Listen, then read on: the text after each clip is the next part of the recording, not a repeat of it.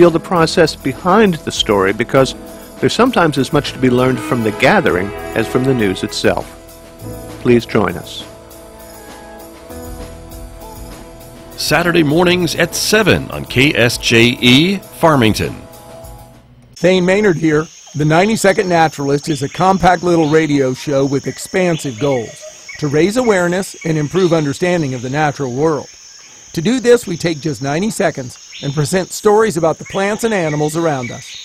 The facts are fun, the sound effects are neat, and the host ain't so bad either. Please join me for the 90-Second. Listen every weekday afternoon during the KSJE Evening News at 5:30. This program is supported by San Juan Regional Medical Center, who's expanding its services to offer low-cost blood screenings all year round, now offering walk-in convenience to get the blood tests you want when you want them. MyLabs, patient-ordered testing, is available in Farmington at the hospital's laboratory and the Outpatient Diagnostic Center on 30th Street. Also in Aztec at San Juan Health Partners Family Medicine at 120 Llanos Street. With nearly 20 tests available, there's an option for everyone. MyLabs, patient-ordered testing, a wellness service of San Juan Regional Medical Center.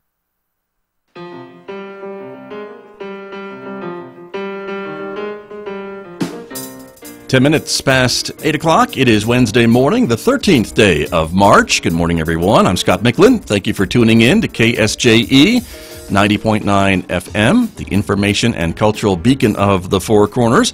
Special good morning to our viewers who are watching us live this morning on the KSJE Facebook page and YouTube channel. Welcome aboard, everybody. Coming up in just a moment here on KSJE, my guest this morning from San Juan Regional Medical Center will be talking about Patient Safety Week, which is currently underway, and how important that is and what the hospital does to ensure patient safety throughout the building. That's coming up in just a moment here on KSJE, so stay tuned for that. Later on this hour, we will do our weekly trip to the Encouragement Lab with Communications Professor Dr. Mike Hadabaugh. That's coming up this morning about 8:55. And then, of course, it's Roving with the Arts after the news at 9 a.m. Today, Mick Hess is playing selections from this CD. It's on the screen for you if you're watching us live this morning. It's Trombone and Voice in the Habsburg Empire. You'll hear selections from that coming up this morning at 9:06 on KSJE. Then at 10:30, it's our local and regional author program today, right on Four Corners. And today, Tracy Hales-Vass is speaking with author Ross Van Dusen, and he has written a series of books about the crocodog. And we'll be talking more about that this morning at 10:30 on KSJE. So we hope you'll stay tuned throughout the day, of course, right here at 90.9 FM or streaming live at KSJE.com. But let me turn to my guests who are here with me in the studio this morning to talk about Patient Safety Week at San Juan Regional Medical Center. Suzanne Smith is back here at the KSJE studios, the Chief Nursing Officer. Good morning. Welcome back. Good morning to you, Scott. Thanks for having us. You bet. Thanks for being here. Also, Cindy Baez is here. Good morning to you. Good morning. Good to have you here as well. You are the Clinical Director of Nursing for the hospital, so it's good to have you here. And also joining us here in the studio is Cynthia Brandt, who is the Director of Laboratory Services. Good morning to you. Good morning, Scott. Thank you all for coming in this morning to talk a little bit about this. And so, Suzanne, let's start with you about what is Patient Safety Week. We're celebrating it right now. Yeah, Patient Safety Week started on Sunday of this week and runs through the week, and we put particular attention really to, I think, to accomplishments that have are faced, or that we face and we put forward for patient safety. Obviously, patient safety is of paramount importance all year long. We just celebrated a little bit this week. And when we talk about patient safety, we're talking about what types of things? Just making sure that they get the care that they expect when they come to the hospital, or well, there's much more than just that, I suppose. It's those things, but it's actually a little bit more. It's really about, in many respects, prevention of things that are adverse effects that could happen in hospital environments. There are risks for infection or for things like a deep vein thrombosis. When people are in bed for long periods of time, they're at greater risk for that. And so the things that we do in order to prevent anything that could happen to an individual in the hospital. Patient fall is probably a real significant one, and something maybe that people might be more familiar with. Right. We don't always think about some of those other things that could happen. We're just going there to get better, and then we want to go home. But there are lots of other opportunities for potential problems, I suppose. Absolutely, absolutely. And so this means that the hospital then takes this, I know, very seriously, and so there's a lot of, I guess, training involved and just reminding people about this whole idea of safety when patients and visitors are at the hospital? Yeah, there's a lot of focus on that education that is toward prevention. And so really from all staff persons. So it's not a responsibility of just the nursing staff, but it's a responsibility of all staff members. Every one of us is responsible for being paying attention to and preventing any type of a patient risk or family, visitors, etc. And staff. Right. And staff. Makes sense. Okay, very good. Cindy, let me turn to you a little bit about the same type of thing in your area. What types of things are you watching for or working with your folks about patient safety this week? So some of the things that we've put in place, so we have as Suzanne was mentioning, patient falls. Right. So we have a team that meets monthly. It's called the Fall Prevention Review Team. And we monitor all patient falls. We look for trends, etc. We have implemented, we're going to do a trial on the medical floor to prevent or reduce our falls. So on the ceiling tile, we're going to change it out to a sign that says, "Please call, don't fall," to remind patients that may be confused to make sure and use the call light for assistance to get up to the restroom, etc. So we're always looking at things to improve Right. and for Okay. patient safety. So on the ceiling tile, I guess over the bed then, I guess is what Yes. you're saying? So if I'm Yes. lying there, I look up and I'm like, oh yeah, I should just call someone to help me instead of Correct. trying to make my way to the bathroom or wherever I want to Correct. go. We're in the process right now of implementing that. So. Okay. That makes sense. And let me turn to Cynthia Brandt about in the lab area. What types of things are you watching for and talking to your folks about? Well, as representing ancillary services, we have to do major patient identification processes to make sure when we collect a specimen or when we do an x-ray or when we do a therapy treatment of any kind that we've identified the correct patient for the correct service, and the results that come out every day are helping our physicians treat those patients and our nurses treat those patients so they can get out of the hospital as quickly as possible. I see. And a lot of folks may forget just how many people, literally people are coming and going from the hospital, how many employees you have. I mean, it's in the hundreds, I know, each and every day. And so this is a big undertaking, right, to try to get this out through all levels of staff and through all departments and things like that. Suzanne? I think that one of the things that we really want people to key into is really that situational awareness. You know, something that we all as individuals, we take that, you know, in our travels, going to the grocery store, walking across the parking lot, but really paying attention to those small details, because those small details are the ones that, when you miss them, are the things that cause or can lead to some sort of injury or harm.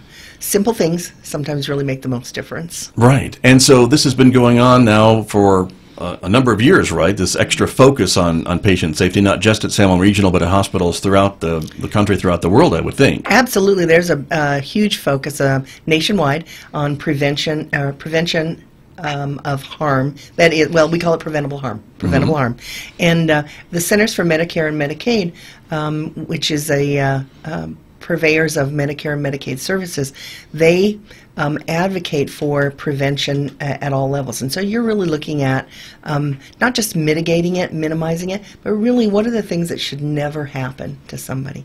A patient fall is really considered something that should never happen in a hospital environment. And so really encouraging people, like Cindy said earlier, you know, to utilize the staff to help them. And sometimes that's, you know, people want to be independent, they want to feel comfortable. It's like, no, I feel better and stuff and getting up on their own. But I think that you're can be unaware of how weak you might be. And really put yourself at risk for a fall. Sure. So. Very true. Well, and I can remember back in the day when you'd get wheeled out of the hospital in a wheelchair, wouldn't you? They wouldn't let you stand up until you got out the front door. Right. Does that still happen? Actually, we really prefer that people be escorted out and stuff Right. to assure that they're comfortable. Particularly if you, you know, you're standing up, your hospital stays much shorter than it used to be. That's true. And that's a national trend. So you are standing up after you've been maybe in bed for long periods of time. And it really makes a difference about how weak you are. Right. So. And so this idea goes, again, all employees are expected to be aware of these policies and these rules and some of the education things, from maintenance to the mailroom to the doctors and the nurses. Yes, everybody. We have what we call safety tools. So we have a little toolkit, and it's things like stop, think, act, review. So STAR is a tool, and we want people to apply that when they're doing something that maybe is very familiar. So it's a familiar task, something I do every day. But if it feels wrong, it is wrong. And so to really think about what's happening and what am I facing, instead of just doing things by rote, really giving consideration to your tasks. And that can be difficult. I know even in other office type situations or other job site situations, when we do something over time and time again, it becomes almost routine, and that's where the potential for problems could spark, right? Absolutely. And I think, we think that we're so used to things that we really know best. Something Cynthia was talking about earlier about being able to identify your patients well. So we have what we call a final check. So you have the patient state their name, their date of birth, or the last 4 digits of their Social Security number, and then we utilize that to identify them. But after that lab specimen is drawn, before you put that label onto that tube, you are doing one final check where you are actually comparing then that stated name and date of birth to that label, and it's called a final check. And it seems, when we first instituted it, there were many people who thought it felt unnecessary, but honestly, we know that it has prevented mislabeling of samples. We know that it has. And I imagine the patient feels a little more confident too, because you're double checking or just checking with them, and they know that they're getting the right medicine or whatever, or procedure or whatever it is that they're supposed to get. I think it's important that we communicate why we're doing things. Sometimes I think that the individual might wonder, well, why are you asking me again? Did you not remember that I told you my name? But we're not double checking you. We're double checking that we're not making that mistake. Right. So we're validating for ourselves. Right. Interesting. Cindy, let me turn to you again a little bit about working with your staff and same types of things. Are there some checks and balances and things like that your folks go through as well? Correct. So some other safety tools we use are, it's called ARC. So it stands for Ask a Question when they request a change. Now I'm drawing a blank. They can ask a question, and that's your staff asking a question, or Yes. the patient asking a question? No, the staff. Your staff, okay. So let me give you an example. So if a provider ordered medication that they had a question about the dose, they can ask that provider for clarification, request a change, etc. And if they're not getting what they need, they can also then go up the chain of command. That's what the last C stands for. I see. Read back. Policies and procedures are another safety tool. SBAR, so we use that in communication. So situation, background, action, and then recommendation. So that's another tool we use for communication, whether it's shift change, provider-nurse communication. So yes, all staff are educated. Not only clinical staff, but your ancillary staff as well, about how to use those tools. Right, and that's so important, I suppose, when you're dealing with multiple patients with multiple needs and issues on different floors and traveling around the building. Correct. I suppose. Interesting. Okay. And Cynthia Brandt, let me turn to you a little bit about some of your work as well. And so same type of thing, there's some checks and balances in your area as well? And I think one of the things that was most important to us was that we treat them like our family, okay? If my mother or my father or my sister or my child was in the hospital, I'd want them to be safe. So if they are safe, then our patients are safe. I want to give a really good example of something that happened up at our ODC office. We have 2 phlebotomists up there right now. And ODC, I'm sorry, Outpatient is Diagnostic Center. The Outpatient Diagnostic Center. That's on 30th Street. Yes, it is. There you go. Okay, Yes. I'm with you. Yep. So they have the same group of patients that come every day or once a week or once a month. And when they notice changes in those patients' situations, they bring it to the patient's attention or to the physician's attention. In the specific case, this wonderful woman was not feeling herself, and her husband was trying to get her to go to the hospital and get checked out. And she didn't want to go, and our person talked her into it. She ended up getting admitted to the intensive care area. She was really sick. And she was grateful that he talked her into it. The husband was grateful, everyone was grateful. So we have to put our patient's safety first and treat them like our family. Right. So it's very important. But this is an example, I guess, too, that it extends outside of the four walls of the hospital proper to your other clinics and buildings and other offices throughout the community then. And this is something that is, I guess, throughout the entire institution, right? That the rules and things are stated that folks need to follow and things like that, Suzanne? Yes, absolutely. It transcends all the environments, not just the hospital. I think oftentimes we think San Juan Regional Medical Center is the hospital, but there are many, many outpatient clinics, the urgent care center, ODC, etc.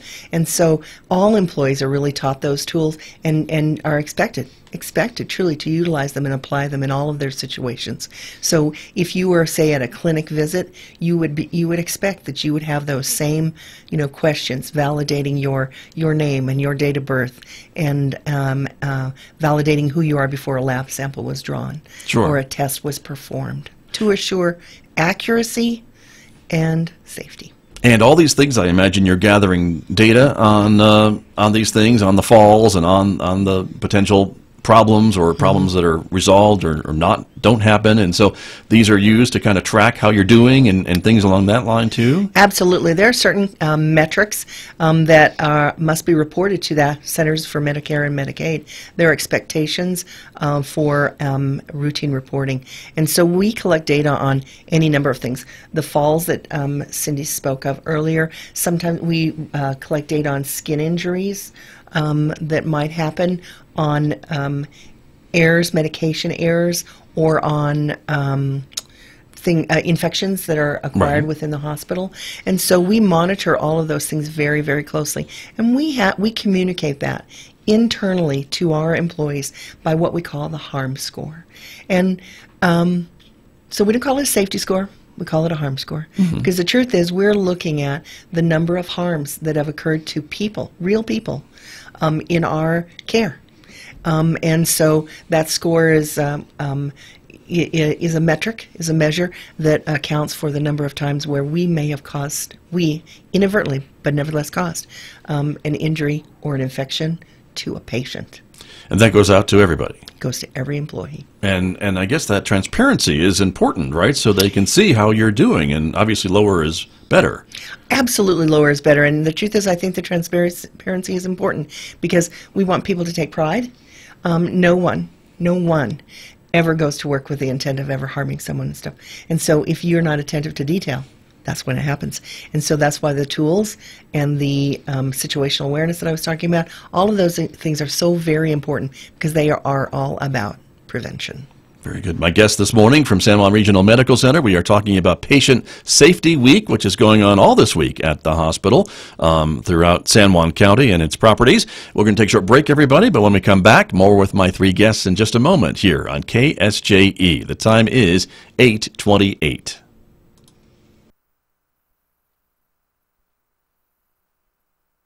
This program on KSJE is supported by Citizens Trust and Investment Corporation, providing a competent, innovative, and caring team of professionals to serve wealth management, trust administration, employee benefit plans, retirement planning, and estate settlement needs.